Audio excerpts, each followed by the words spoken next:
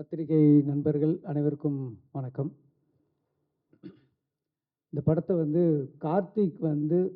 கார்த்திகேயன் உங்களுக்கு மிகப்பெரிய நன்றியை சொல்லணும். இந்த மாதிரி ஒரு படத்துக்கு இப்படி ஒரு பேக்கிங் கிடச்சி இந்த பிளாட்ஃபார்மில் சொல்கிறதுங்கிறது அதுக்கு ஒரு தோல் கொடுக்கறதுங்கிறது உண்மையிலே ஒரு பாராட்ட வேண்டிய விஷயம். அதுக்கப்புறம் ராணா சார் என் முதலாளி அவங்க கேட்டு கெஸ்ட் ஹவுஸில் ஒரு வருஷம் நான் இருந்திருக்கேன். நீங்கள் சாரி எங்கள் நம்ம இண்டஸ்ட்ரிக்கு நீங்கள் தொடர்ந்து படங்கள் பண்ணுறது எனக்கு பர்சனலாக உங்களுக்கு நான் தேங்க்ஸ் சொல்லணும்.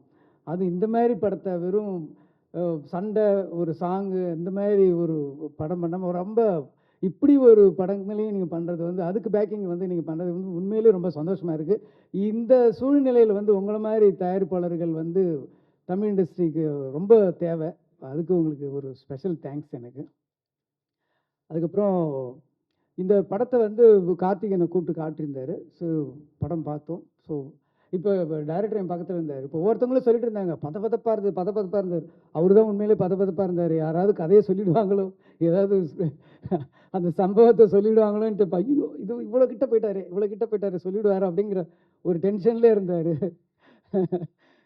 ஸோ ரொம்ப ரொம்ப அற்புதமான ஒரு படம். எல்லாருமே சொல்லிட்டாங்க. ஒரு போர் சூழல் அப்படிங்கிறது நம்ம டிவியில் பார்த்து ஒரு நியூஸில் பார்த்து புரியாத மொழியில் பார்த்தோம். ஆனால் நம்ம பக்கத்து நாட்டில் நமது சகோதர நாட்டில் அவங்க எவ்வளோ கஷ்டப்பட்டாங்கங்கிறத ஒரு வார் சூழலில் ஒரு வீட்டுக்குள்ளே சார் நான் ஜாஸ்தி சொல்ல மாட்டேன். ஸோ ஒரு வார் சூழலில் ஒரு வீட்டில் இருக்கிற ஒரு கேரக்டர்ஸை அவங்களோட எப்படி இம்பேக்ட் பண்ணுது, ஒரு போர் வீரர்கள் அவங்க போராளிகளுக்கு நடுவில் ஒரு பொதுமக்கள் எப்படி பாதிக்கப்படுறாங்க. ஒரு சாதாரணமாக நம்ம ஒரு திருமணம்ங்கிறது நமக்கு எவ்வளோ ஒரு சாதாரண ஒரு மறக்க முடியாத ஒரு நிகழ்வாக இருக்குது. ஆனால் அதே திருமணம் அந்த சூழலில் வாழ்ந்தவங்களுக்கு கிட்டத்தட்ட 80-90களில் வாழ்ந்தவர்களுக்கு எவ்வளோ கஷ்டமாக இருந்தது அப்படின்னு நினச்சி பார்க்கும்போது அதை அப்படியே கண்ணு முன்னாடி தத்ரூபமாக கொண்டு காட்டியிருக்காரு. அந்த வீட்டில் இருக்கிற கேரக்டர்ஸு நடிகர்கள்லாம் அப்பா வாழ்ந்திருக்காங்கன்னு தான் சொல்ல முடியும். அந்த காஸ்டியூம் சொல்லும், அந்த போட்டிருக்கிற அவங்க ட்ரெஸ்ஸு அந்த கதை சொல்லுது. அந்த செவுத்தில் மாட்டியிருக்கிற படங்கள் அந்த கதையை சொல்லுது. ஸோ எல்லாமே கிட்டத்தட்ட ஒரு 24 கிராஃப்ட்ஸும் கதை சொன்ன ஒரு படமாக தான் நான் இந்த நீலிராவை பார்க்குறேன். ரொம்ப ஒரு சில நேரத்தில் லிங்குசாமி நானும் தான் பக்கத்தில் உட்காந்து பார்த்துட்டே இருந்தோம். ஸோ படம் பார்த்துட்டு போயிட்டு இருக்கும்போது எல்லோரும் சொன்ன மாதிரி சடனாக ஒரு ஹிட்ச்காக் படம் பார்க்குற மாதிரி அப்படி ஒரு கட்டி போட்ட மாதிரி இருந்தது. இந்த மாதிரி ஒரு கனமான ஒரு வலியான கதையை இப்படி ஒரு த்ரில்லர் மோடில் எப்படி சொன்னாருன்னு ஒரு ஆச்சரியமாக இருந்துச்சு. ஸோ படம் பார்த்துக்கிட்டே இருக்கும்போது சில காட்சிகள் வரும்போது அப்படியே மனசை உலுக்கி அப்படியே கண்ணிலேருந்து தண்ணி வர ஆரம்பிச்சிது. கண்ணை வேறு துடைக்க முடியல, கண்ணாடிக்குள்ளே விரல் விடுற மாதிரி ரொம்ப இதாக இருந்தது. அதனால் கொஞ்சம் அப்படியே பேக் போனேன். ஏன்னா நமக்கு படம் பார்த்து அழுவு இருந்தபோது பக்கத்தில் இருக்கிற ஒரு சின்ன ஈகோ இருக்கும் நமக்கு. என்னடா அது அப்படின்னு பின்னாடி போயிட்டு இருந்தேன். லிங்குசாமி வாய் விட்டு அழ ஆரம்பிச்சிட்டாரு. சரி அவரே அழுகுறாரு, நமக்கு என்ன வந்ததுன்னு சொல்லிட்டு அதுக்கப்புறம் டிஷ்யூ பேப்பர்லாம் வச்சு கண்ணை தொடச்சிட்டு அது பார்த்தேன். ரொம்ப பிரமாதமாக அவங்க 2 பேருக்காக நான் என்னை 2 பேரும் அழ வச்சிட்டிங்க அது. ஸோ ஒவ்வொருத்தரோட அந்த சின்ன பசங்கள்லேருந்து அந்த கேரக்டர்ஸ் பேசுகிற மொழியாகட்டும், அந்த டயலாக்ஸ்லாம் ரொம்ப பிரமாதமாக இருந்தது சார். நான் லிங்குசாமி நானும் தான் பேசிகிட்டு இருந்தேன் வெளியே. மணி சாரோட டயலாக்ஸுக்கெலாம் நாங்கள் ஒரு பயங்கரமான ஃபேன். ஏன்னா மணி சாரோட டயலாக் நீங்கள் ப்ரிடிக்ட் பண்ணவே முடியாது. இந்த கேரக்டர் இது சொன்னால் இதுதான் பதில் சொல்லும் அப்படின்னு நம்மளால் யூகிக்க முடியாது. அந்த மாதிரி வரிகள் இந்த படத்தில் படம் ஃபுல்லாகவே இருந்தது. ரொம்ப பிரமாதமாக இருந்தது. இது கிளைமேக்ஸில் ஒரு ட்விஸ்ட்டுன்னு சொல்கிறது சினிமா லாங்குவேஜ், அது ட்விஸ்ட்டுன்னு சொல்ல முடியாது, ஒரு உழுக்கல் இருக்கும். எல்லோரும் சொல்லிட்டாங்களே சார், எல்லோரும் சொல்லிட்டாங்க கல்யாணம்னு சொல்லிட்டு, அதனால நான் சொல்கிறேன். அது தாண்டி சொல்ல மாட்டேன்.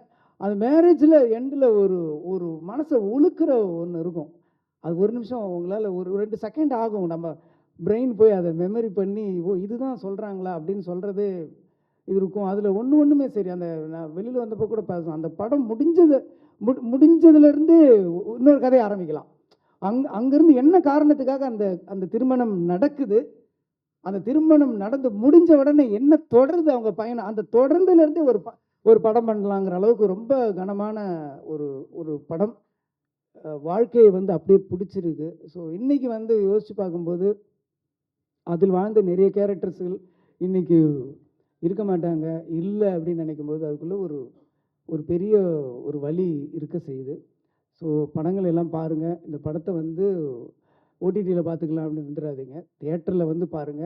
முக்கியமா குழந்தைங்கள கூப்பிட்டு வந்து காட்டுங்க. குழந்தைங்கள கூப்பிட்டு காட்டுங்க. ஏன்னா 80ஸ்ல நாங்கலாம் ஸ்கூல்ல அங்க 80ஸ், 90ஸ்லாம் படிச்சுட்டு இருக்கும்போது, நாங்க ஸ்கூல்ல, காலேஜ்லாம் போயிட்டு இருக்கும்போது, ஜெயவர்தனா, ஒழிக ஒழிகன்னு கத்தி நம்ம ஓரளவுக்கு அந்த டைம்ல ஒரு இலங்கை சம்பவம், அந்த வார்ன்றது என்னங்கிறது நமக்கு உள்ள தெரியும். ஆனா இன்னைக்கு இருக்கிற அடுத்த குழந்தைகளுக்கு, அடுத்த தலைமுறை குழந்தைகளுக்கு வந்து அன்னைக்கு இருந்த ஒரு ஒரு ஒரு போர் அந்த காலத்துல வந்து ஒரு ஃபேமிலி, ஒரு குடும்பம், அந்த குடும்பத்தில் இருக்கிற நபர்கள் எப்படி பாதிக்கப்படுறாங்க அப்படிங்கிறத இந்த படத்தை கூட்டிட்டு வந்து எல்லாரும் காட்டுங்க.